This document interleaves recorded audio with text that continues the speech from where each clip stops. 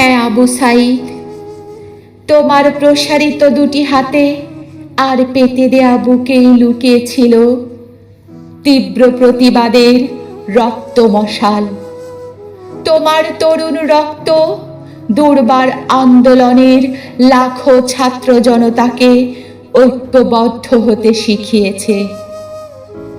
অন্যায়ের বিরুদ্ধে দুর্ভেদ্য প্রাচীর গড়ে তুলেছিল তোমার বুক। হ্যাঁ, নির্ভীক আবু সাঈদ, তোমার কথাই বলছি। তুমি টগবগে তারুণ্যকে জলাঞ্জলি দিয়েছ তাজা বুলেটের সামনে।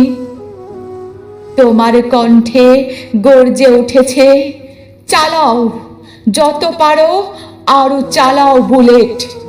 তবুও মেনে নেব না কোনো অন্যায় অত্যাচার। সংস্কারের দাবিতে ছাড়ব না রাজপথ।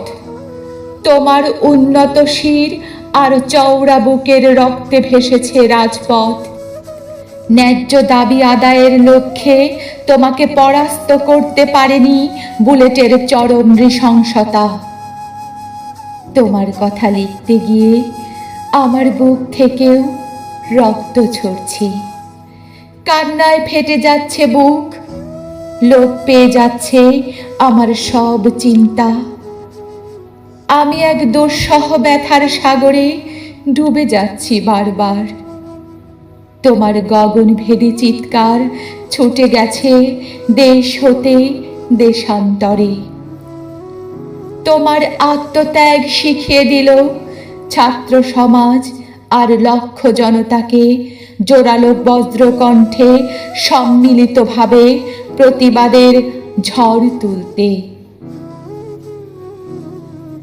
তোমার কথা লিখতে গিয়ে রীতিমতো আমার হাত কাঁপছে। আমার বুক থেকে ফিনকি দিয়ে বের হচ্ছে রক্তের ফোয়ারা। তোমাকে নিয়ে লেখার ভাষা খুঁজে পাচ্ছি না। তোমাকে নিয়ে লিখতে গিয়ে অশ্রুতে ভিজে যাচ্ছে আমার গণ্ডদেশ। তোমাকে নিয়ে যা কিছুই লিখি না কেন, খুব কম লেখা হবে। তোমার নিঃশ্বাস থেকে বের হয়েছে বারুদের গন্ধ। আমি তো অভ্যস্ত নই বারুদের গন্ধ শুঁকতে। আমি তো পারি না তোমার মতো দুঃসাহসী হতে। আমি তো পারি না তোমার মতো জাগ্রত বিবেক হতে।